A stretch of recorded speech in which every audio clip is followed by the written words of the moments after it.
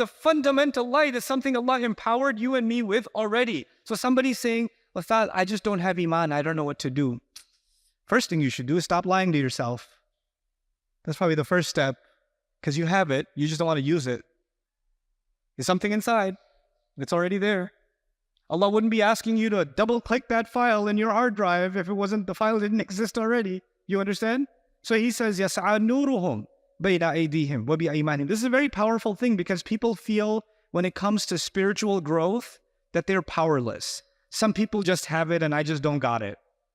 And that's a cop-out. That's something Allah is now removing from our wrongful thinking, in terms of our faith. Assalamu alaikum. Before you begin this video, just quickly wanted to let you know that so much of the work on the Quran has been completed on Bayyinah TV. I want you to enjoy systematically studying the Quran from the beginning all the way to the end in brief and then in great detail. And to do that, I'd like for you to sign up on BayyinahTV.com. And once you appreciate what's going on in Bayyinah TV, I want you to become an ambassador for it and share that subscription with friends and family and give it as a gift also. Thank you. I told you, الَّذِينَ آمَنُوا. You remember, الَّذِينَ آمَنُوا was an umbrella term that included 3 groups of people, and the third group had an A and a B. Do you remember that? Right? So even people that are visibly believers, even if their faith has withered up or dried up on the inside, they're included in that too. But on Judgment Day, how you were labeled on the outside is actually irrelevant. On Judgment Day, how I saw you and you saw me no longer matters. I see you as a believer, you see me as a believer. All of those labels and all of that benefit of the doubt, all of that is gone. Because Judgment Day is not about how we see each other. Judgment Day is about how Allah sees us directly, without all the filters, without all the social filters and the protections. None of them are there. In fact, the hypocrites, Allah describes the fact that they consider themselves Muslim is like a shield. اتَّخَذُوا أَيْمَانَهُمْ جُنَّةً. They took their faith, their oath, meaning their Islam, as a shield. In this life, it is a shield. But on Judgment Day, does anybody get to have a shield before Allah? No. تَرَكْتُمْ مَا خَوَّلْنَاكُمْ. You've left behind all the wrappings you were covered in. You're unwrapped. You're completely vulnerable. And so now Allah doesn't use the phrase الَّذِينَ آمَنُوا, those who believed, the verb form. He actually uses the nominal, the noun form, al-mu'minina wal-mu'minat, believing men and believing women. What's the difference between using the verbal form and the nominal form? I'll explain this in English to you guys. If I say he teaches, that's a verb or a noun? Teaches. That's a verb. But if I say he's a teacher, is that a verb or a noun? Now that's a noun, right? So teaches is a verb and teacher is a noun. Now if I say he teaches, that means maybe he teaches on the weekends. Maybe he teaches sometimes. It's not a permanent thing. Maybe he teaches part-time. Maybe he teaches just in the summer, right? The verb is temporary. A verb, an act, doesn't define you because it's limited in its scope, either by the present or by the future or by the past or by the circumstance. It's limited. But when you call somebody a teacher, then you've kind of described a part of their identity. Like that's part of who they actually are, Like when you talk to somebody and you say, who are you? They say, I'm so-and-so, I'm Zainab, I'm Ahmed, I'm Kareem. Then you say, what are you? And they say, I'm a gamer, right? Or they say, I'm a TikToker, or I'm a blogger. Basically meaning I'm a useless human being that has no purpose in this universe. No, I'm a teacher, I'm something. But that is part of their identity, is it not? When Allah describes the believers, not those who believed, that's the verb. Those who believed, that's the verb.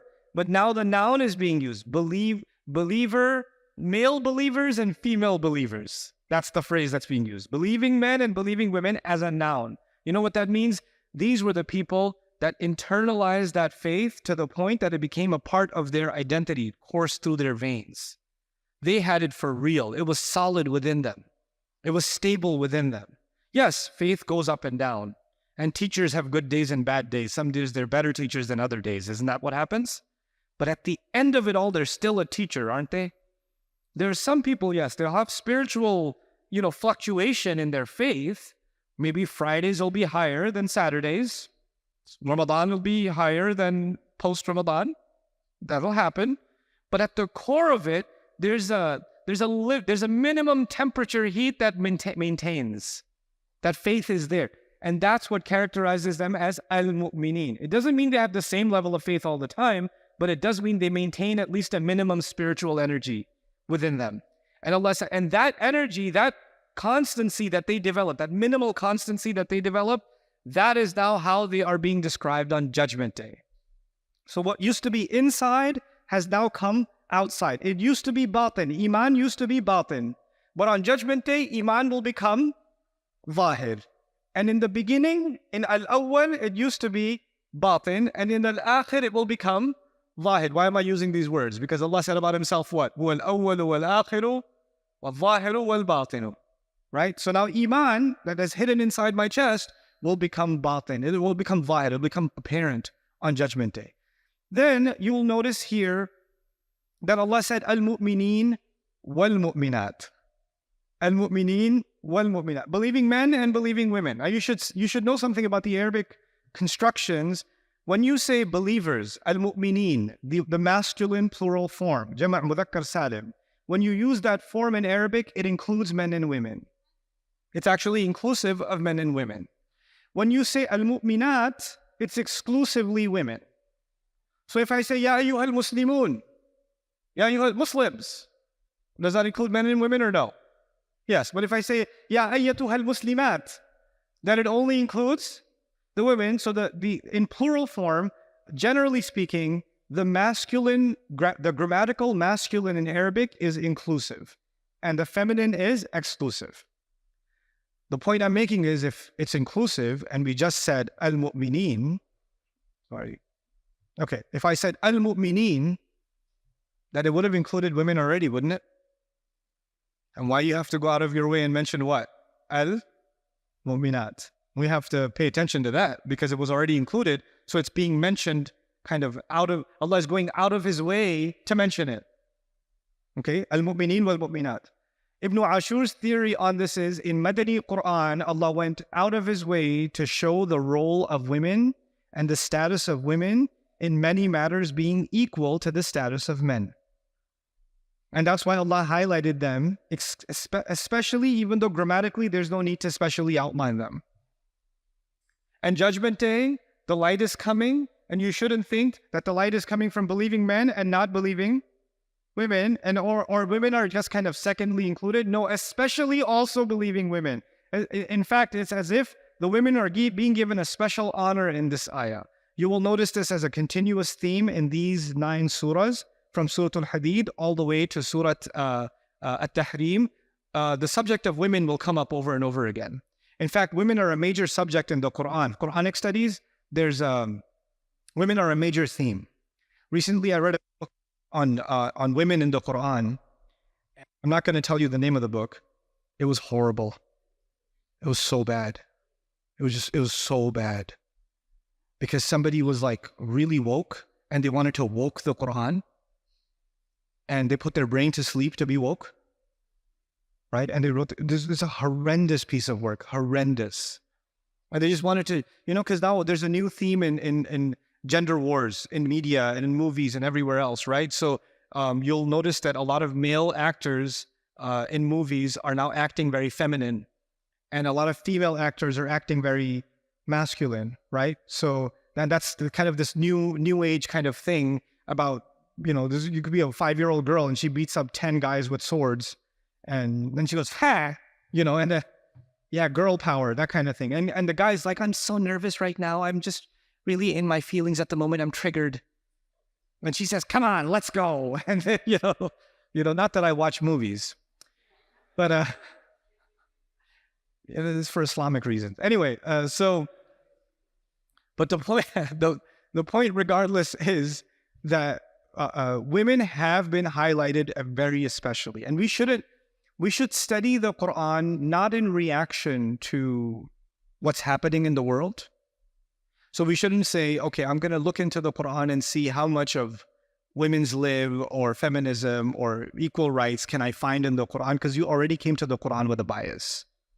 Or if you come from a very traditional patriarchal society where men have a very high role and women are basically treated like trash, not even recycled, then you want to reinforce that, and you're going to come to the Quran to maintain your patriarchal view, that's also a bias, right? And both of them are a disservice to the Book of Allah. Kalimatullahi al-ulya, the word of Allah is supreme. And you might find that the word of Allah is more liberal than you would like it to be in some places. And you might find that the word of Allah is more conservative than you would like it to be in other places. And it's just how it's going to be. And you often see people being they're like, the moment they hear something culturally they're not used to, oh, this is a new agenda in the Quran. These people are introducing a new agenda in the Quran. No, actually, you're not allowing the Quran to speak for itself, or the Sunnah to speak for itself. And in other places, we're pushing into the Quran something that's not there, just to meet with our new standards of social justice, right? And we can't fall into that trap because our Rabb is Allah, not the culture, right? So, يَوْمَ تَرَى الْمُؤْمِنِينَ وَالْمُؤْمِنَاتِ is an important study, the role of believing men and believing women as distinct from each other. Surah Al-Ahzab is a really good place to study that in detail. Anyway, another observation is Allah says, يَسْعَى نُورُهُمْ, their light will be running forward. I'll come back to that. We'll read some of the Mufassirun on what do they mean by the light coming forward. I will share my own thoughts with you first on this, and then we'll read what the scholars have said about it.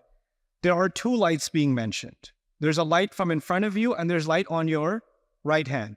I would argue the most compelling interpretation of this to me seems to be Allah has already mentioned believe and spend. Has it? He said believe and spend. And what is spent is what you legitimately earn, right? If you stole and spent, it's not really sadaqah. And when you earn legitimately, that is earning by your right hand. And the right hand is also a manifestation of good deeds. And the right hand is also a literary construct in Arabic for fulfilling your oaths. Like, قَدْ أَخَذَ مِيثَاقَكُمْ, because when you take an oath, أَخَذَ الْيَمِينَ, they took the oath with their right hand. Right? Nowadays we say we shook hands on it. It's not the left hand you shook, it's the right hand that you shook, right? Oaths are also taken in court, not with the left hand, but with the right hand. And that's something in ancient cultures, it's in Arabian culture too. It's a part of the phenomenon. Allah also mentioned previously, وَاللَّهُ بِمَا تَعْمَلُونَ بَصِيرٌ. Allah knows what you do, and Allah also said, Allah knows what's in the chest. So what I'm getting at is, Allah talked about faith and then actions, and then faith and then actions, and then faith and then actions, multiple times. What's in the chest is faith. What you do is your actions. Believe is faith. Spend is an action. So faith and action, faith and action. And Judgment Day comes and there's a light coming from in front of you, meaning from your chest, which must be the light of your what? Your faith. And there's a light coming from your right hand, or right in front of you, right by your right side, which must be the light of your what? Actions. Also, the deeds that you do, the good deeds that you do, are written into your book, which on Judgment Day will be handed to you. If you did well, your book will be handed to you where? In your right hand. So the right hand has the book that has all the good deeds you did, and those good deeds turn into light on Judgment Day. Those good deeds are becoming light. The more good deeds you did, the more light's coming out of your right hand. And the more good deeds you did, it's probably because you had really strong faith. So the light in front of your chest is emanating even more. You understand? So both of those are corresponding to each other. The light of our faith, the light of Iman, and the light of the right hand. And now go back to what Allah said in the previous passage, right in the center, in the heart of the section 2. He said, هُوَ الَّذِي يُنَزِّلُ عَلَىٰ عَبْدِهِ آيَاتٍ بَيِّنَاتٍ لِيُخْرِجَكُم مِّنَ الظُّلُمَاتِ إِلَى النُّورِ. In this life, Allah, the purpose of revelation is to pull us out of darknesses into light. And we talked about darknesses and light last time, but now we add a new dimension to that. Judgment Day will be darknesses. Darkness on top of darkness on Judgment Day. And then Allah, those who follow this revelation, Allah has given them the light. And the light is actually twofold. He's given us light on, in front of us and to the right. And I'm kind of breaking the surprise, but towards the end of the surah, Allah will say, يُؤْتِكُمْ كِفْلَيْنِ مِنْ رَحْمَتِهِ وَيَجْعَلْ لَكُمْ نُورًا. He'll give you 2 portions of His mercy. 2 portions. And how many lights are being described here? 2 lights. Isn't that beautiful? By the end of the surah, He'll tie it all up and He'll say, كِفْلَيْنِ مِنْ رَحْمَتِهِ وَيَجْعَلْ لَكُمْ نُورًا. Anyway, so that's something about the light that, before we read the scholars, is something that I want you to know from my perspective on this. Now, the idea of nuruhum.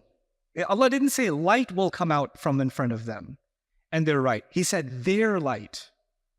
Their light. So there's a difference between saying light and their light. That means the light belongs to who? It belongs to them. Now, let me ask you this. Do you understand this concept? This is a very powerful concept. If Allah tells me to spend, doesn't that mean Allah has given me the power to make money?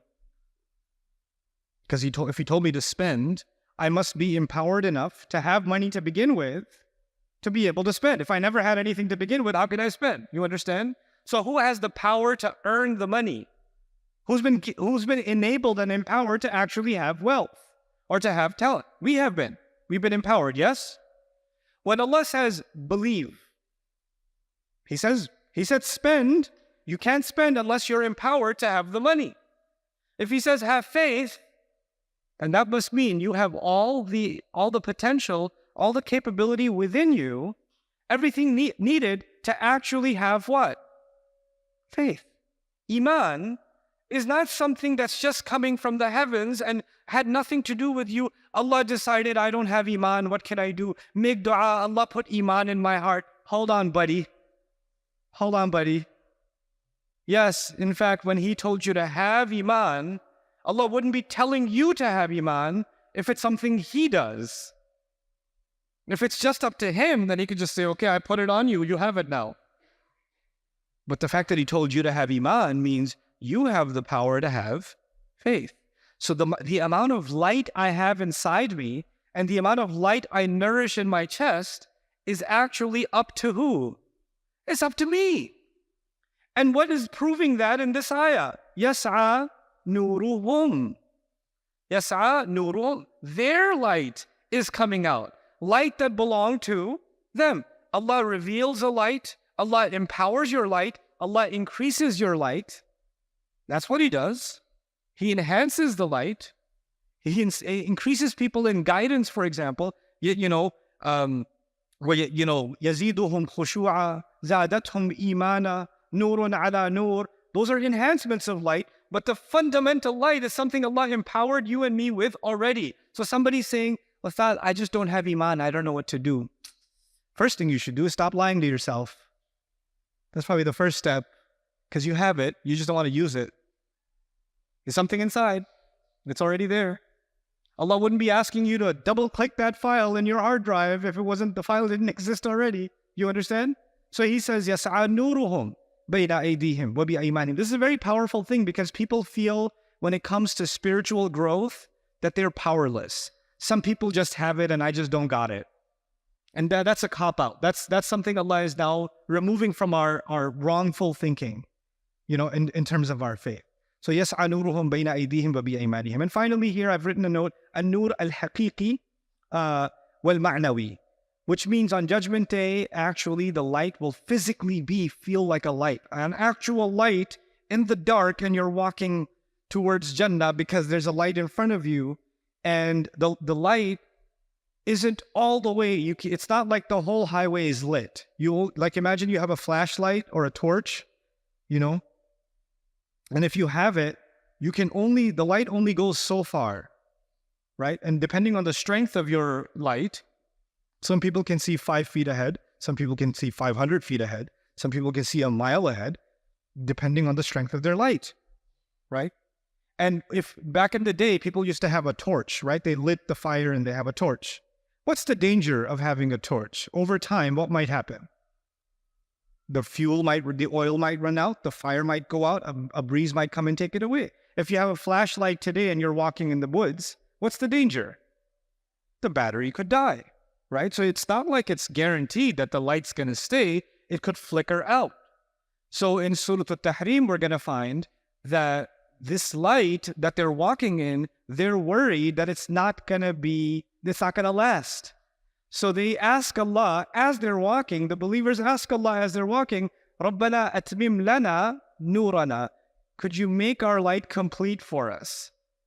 Because even though I had light, I had some faith, you had some faith, we had some good deeds, maybe the battery for our faith and our good deeds wasn't good enough to get us all the way to Jannah. I mean, it's good, but it's 1 mile good, it's half a mile good, but the walk is 10 miles. What are you going to do? Ya Allah, could you extend the battery life on this? So now what we're learning is Judgment Day salvation is about my efforts, my faith, my deeds, but in the end, that alone isn't enough. Who's going to complete the light? That's Allah. But you have to have light of your deeds and light of your faith to begin with for Allah to complete it. You have to have yours to begin with for it to be added to. You can't have nothing and say, Ya Allah, a little light, please. I got nothing over here. No, atmim lana nurana means the light's already there. Ya Allah, complete it for us, right? So that's an-nur al-haqiqi. An-nur al-ma'nawi means actually this light in this life, didn't look like physical light. It's not like when you turn the light off at home and you go to bed, your chest is like illuminating the room and your right hand is illuminating your room. You're like, so annoying, I can't sleep. Too much iman. Like, it's a spiritual light right now. It's within you right now, right? And where does that come from? These two things feed each other. The basic point, instead of getting super philosophical, these two things feed each other. What I feel about Allah and how my heart is attached to Allah depends on what I do. Prayer will help. Charity will help. Good company will help. Listening to a reminder will help. All of those things are me using my right hand. Fulfilling my promise will help. Doing the ethical thing will help.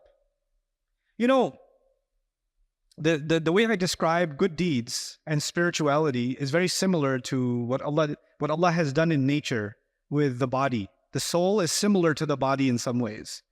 The body is made up of multiple muscles. Yes? Your shoulders, your arms, your back, all through. You're made up of multiple muscles. The more when you exercise a muscle, it's sometimes it has to be uncomfortable for you to be able to get stronger. If you're a runner and you run for the first time, you're going to be, panting in 30 seconds. But the next day, you'll last 35 seconds, and the next day, 45 seconds, and the next day, 2 minutes. The more you run, the stronger you're getting. Is that true or no? But in order to get stronger, you have to hit the point of discomfort and break it. You have to reach your breaking point every time. And that's the only way your stamina is going to build, isn't it? And the more you're exercising it, the stronger you're getting all around. Now, imagine someone who lied down in a bed and decided not to get up for a year. They're just going to lie in bed for 1 year. Food will be brought to them, clothes will be brought to them. I don't know what the bathroom situation is, but some kind of technology was developed for them. They are not getting out of bed. For example, sometimes there are people in a coma, aren't they? And they're in a coma for 6 months, 8 months. What happens to them when the coma is over? Are they able to stand up? Because if you don't use it, you're going to lose it. You're going to lose it. The more you use it, the more you get an enhanced ability to use it. Your ability to use it gets better and better. And the less you use it, your ability goes lesser and lesser. Good deeds are a cycle. The more you do them, the stronger you get. Meaning the more you do them, the stronger your iman gets. The iman is your fuel. The stronger your iman gets, you're able to do more good deeds. And the more good deeds you do, then end up strengthening, because cardio, you're using your legs, you're using your body, but it's actually strengthening your heart and your lung capacity. It's strengthening you from within somewhere else. It's not just strengthening your legs. And it's because you can retain more oxygen in your blood and you're oxygenating better, you can function better. Your battery life has increased. The same way good deeds are making you spiritually stronger. And then you're doing more of them and it's making you stronger. And this cycle, this is the virtuous cycle. This is the virtuous cycle. But what happens when someone is doing exercise, using the body analogy, they're doing good exercise, but they're eating junk food? What happens? Are they making progress still? Even if they are, they're not moving forward. They move a little forward, they move 5 steps back.